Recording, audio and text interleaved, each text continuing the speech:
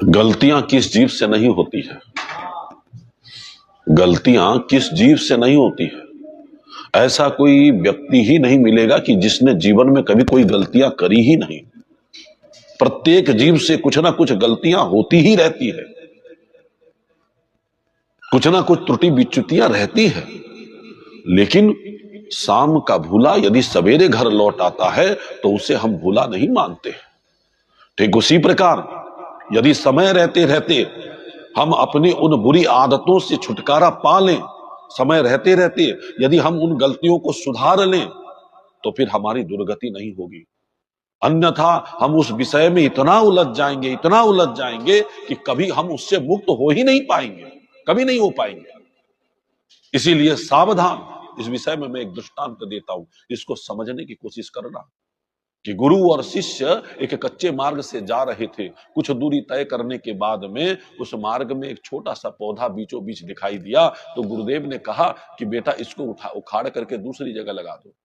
तो शिष्य हल्के हाथ से ही उसको उखाड़ करके दूसरी जगह रोपण कर दिया, आगे बढ़ गए। फिर कुछ दूर मार्ग तय करने के बाद फिर एक पौधा दिखाई दिया, वो अब की बार कुछ बड़ा हो चुका था।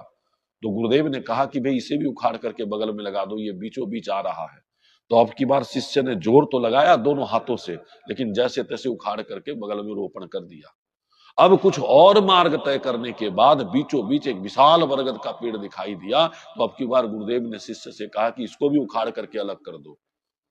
तो उन्होंने, तब शिष्य अपने आप बोल पड़ा, बोले गुरुदेव मैं हाथ जोड़ करके बोलता कि ये मेरे जैसे 100 भी आ जाए तो इस पेड़ को उखाड़ नहीं सकते हैं, क्योंकि यह पेड़ एक तो इतना मोटा हो गया है और दूसरी बात इसकी जड़ें इतनी गहरी जम चुकी है कि अब हम उखाड़ नहीं सकते इसको।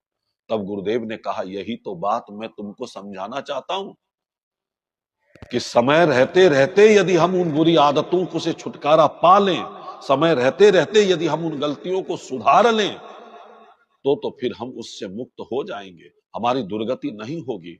अन्यथा हम उस विषय में ही इतना उलझ जाएंगे, उन बुरी आदतों की, उन गलतियों की, उन बुरे विचारों की हमारी अंदर में इतनी जड़ें जमा लेंगे कि हम कभी उससे मुक्त हो ही नहीं पाएंगे।